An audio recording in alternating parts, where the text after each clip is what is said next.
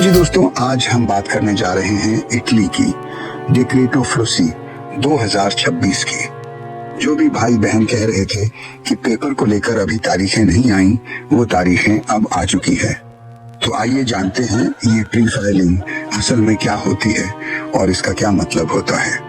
दोस्तों, जो भी लोग इटली के डिक्री फ्लूसी प्रोसेस का इंतजार कर रहे थे, उनके लिए यह समय सबसे अहम पड़ाव है। प्री फाइलिंग का मतलब है वो समय जब आप अपने सभी दस्तावेज, एम्प्लॉयर की जानकारी, वर्कर की जानकारी और कॉन्ट्रैक्ट से संबंधित सारी पेपर ऑनलाइन इमिग्रेशन पोर्टल पर अपलोड कर सकते हैं। यह एक शुरुआती रजिस्ट्रेशन प्रक्रिया होती है जिसमें आप अपना पूरा डेटा पहले से सिस्टम में भर देते हैं ताकि जब मुख्य क्लिक डेट आए तो आपकी फाइल पहले से तैयार हो और सिस्टम उसे अपने आप सबमिट कर दे। बिना प्री फाइलिंग किए आप अपनी आवेदन प्रक्रिया को अंतिम रूप से सबमिट नहीं कर सकते, इसलिए यह चरण लाजमी और बेहद जरूरी है।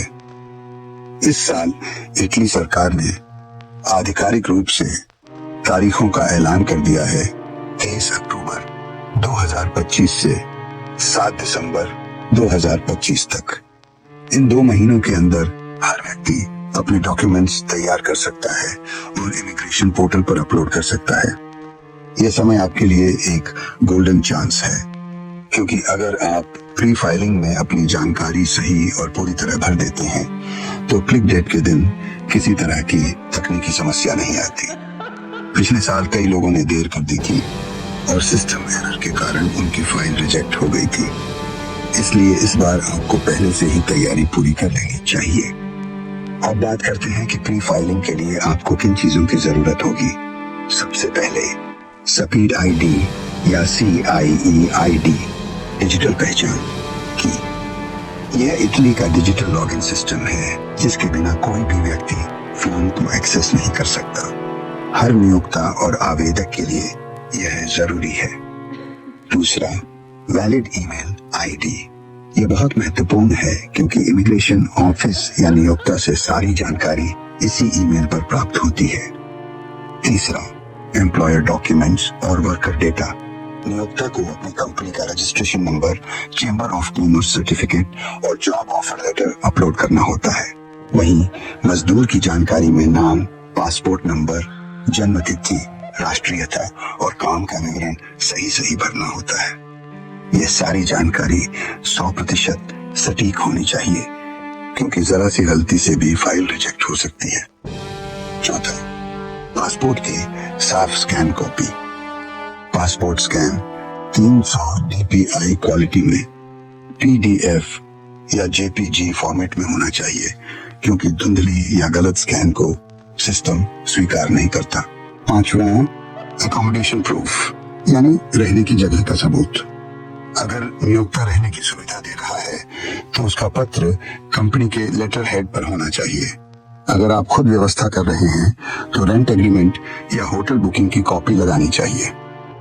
छठा, फाइनेंशियल प्रूफ। यह दिखाता है कि आप या आपका नियोक्ता आर्थिक रूप से सक्षम है। इसके लिए आमतौर पर 6 महीने की बैंक स्टेटमेंट या स्पॉन्सर लेटर आवश्यक होता है।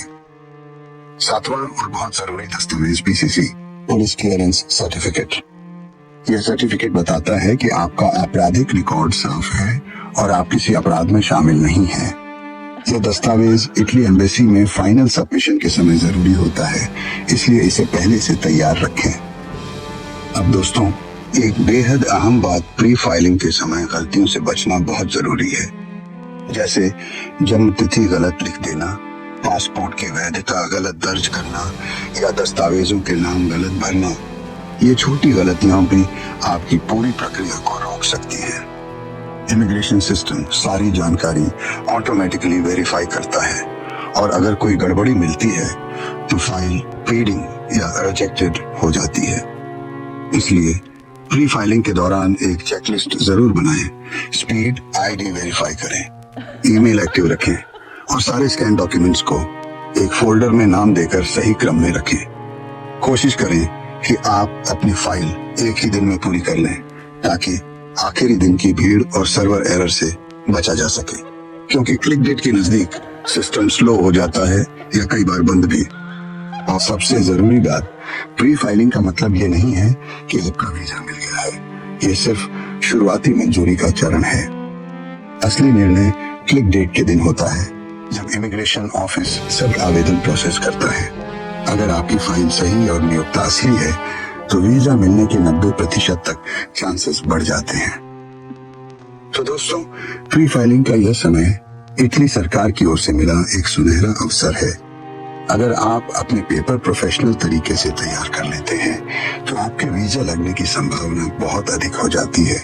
इसलिए आज से ही अपनी स्पीड आईडी बनवाएं, पासपोर्ट और पीसीसी तैयार रखें और अपने नियोक्ता से संपर्क की पुष्टि करें। अगले भाग में हम जानेंगे कि नियोक्ता के दस्तावेजों की वेरिफिकेशन कैसे होती है, फर्जी जॉब ऑफर से कैसे बचा जा सकता है और क्लिक डेट के दिन क्या प्रक्रिया होती है, जो आपके इटली डिक्रीटो फ्लोसी 2026 के सफर में बहुत काम आने वाली है। दोस्तों, अब बात करते हैं उस सबसे महत्वपूर्ण चरण की, जहां ज्यादातर लोग गलती कर बैठते हैं। जब एम्प्लॉयर आपके डॉक्यूमेंट्स इटली के ऑफिशियल इमिग्रेशन पोर्टल सर्विजियो आनी पर अपलोड करता है तो हर एक जानकारी बिल्कुल सही और सटीक होनी चाहिए। यह सिस्टम ऑटोमेटिक वेरिफिकेशन करता है। अगर एक भी डिटेल जैसे कि पासपोर्ट नंबर, जन्म तिथि या कंपनी का रजिस्ट्रेशन नंबर गलत पाया गया तो पूरा पेपर तुरंत रिजेक्ट हो सकता है। इसलिए एम्प्लॉयर और एप्लीकेंट दोनों को पूरी सावधानी के साथ ये प्रक्रिया पूरी करनी चाहिए। पिछले साल कई लोग एजेंटों के चक्कर में पड़कर बड़ा नुकसान उठा बैठे। कई लोगों के पैसे भी गए और वीजा भी नहीं मिला। इस बार आपको समझदारी दिखानी चाहिए और शॉर्टकट वाले रास्ते पर नहीं चलना चाहिए। कई एजेंट 14 से 18 लाख रुपए तक मांगते हैं और कहते हैं कि हम पेपर पक्के करवा देंगे। लेकिन दोस्तों, ये सारी बातें सिर्फ झूठे वादे हैं। इटली की सरकार किसी भी एजेंट या बिचौलिए को डिक्रीटो फ्लोसी प्रक्रिया में अधिकृत रूप से मान्यता नहीं देती। इटली में आज भी कई लोग ऐसे रह रहे हैं जिनके पास पूरा कानूनी स्टेटस नहीं है और वो अपनी जिंदगी बड़ी मुश्किलों में गुजार रहे हैं। बिना डॉक्यूमेंट के जीवन मुसीबतों से भरा होता है। नौकरी सुरक्षित नहीं, हेल्थ इंश्योरेंस नहीं और हर वक्त रिपोर्ट होने का डर बना रहता है। इसलिए मैं कभी भी ये गलत रास्ता अपनाने की सलाह नहीं देता।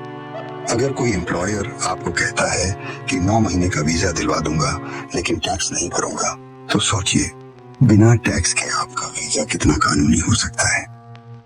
इटली की इमिग्रेशन पॉलिसी साफ कहती है कि जो एम्प्लॉयर अपने कर्मचारी के लिए टैक्स और इंश्योरेंस पूरी तरह जमा नहीं करता, उसका कॉन्ट्रैक्ट इनवैलिड माना जाता है। इससे आप वीजा की वैधता भी खतरे में पड़ सकती है। इसलिए कभी भी किसी भी एम्प्लॉयर के साथ बिना टैक्स वाले कॉन्ट्रैक्ट पर साइन मत करें। अब बात करते हैं 3 सबसे जरूरी चीजों की। Contract, accommodation, TRC, residence permit. ये तीनों डॉक्यूमेंट पहले से कंफर्म होने चाहिए।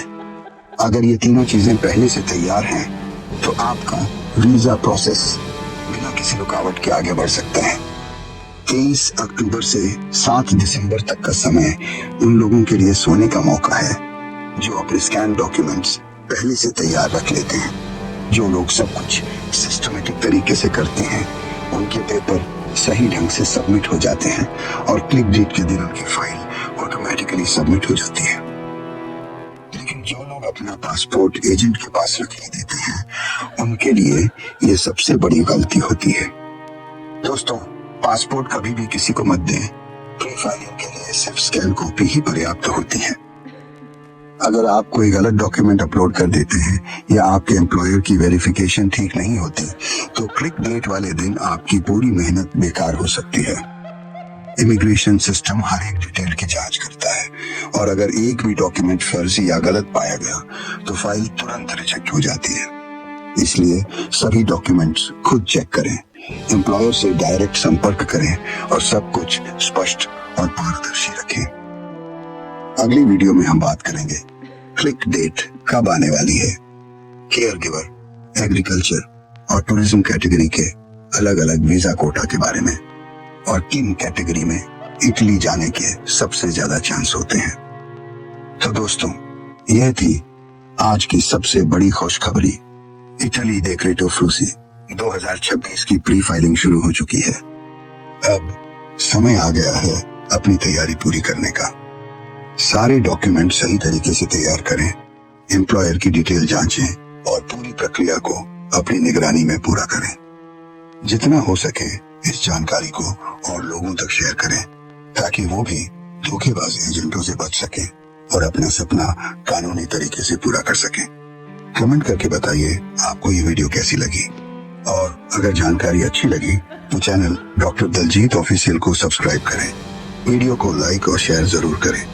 मिलते हैं अगली वीडियो में, तब तक के लिए रब राखा।